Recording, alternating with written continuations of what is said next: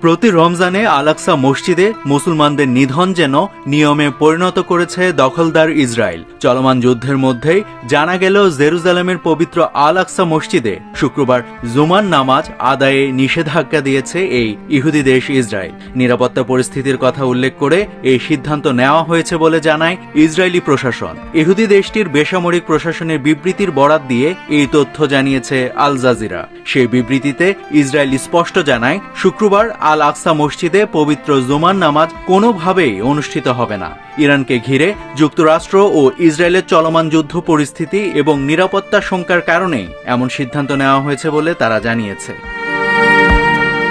1967 সালের 6 দিনের আরব যুদ্ধের পর ফিলিস্তিনের জেরুজালেম দখলে নেয় ইসরায়েল। এরপর থেকেই এই এলাকার প্রশাসনিক নিয়ন্ত্রণ ইসরায়েলিদের হাতে। প্রতি রমজানে আল-আকসাতে নামাজ পড়তে আসা ফিলিস্তিনিদের উপর হামলা চালানো দখলদার ইসরায়েলের একটা অলিখিত নিয়ম।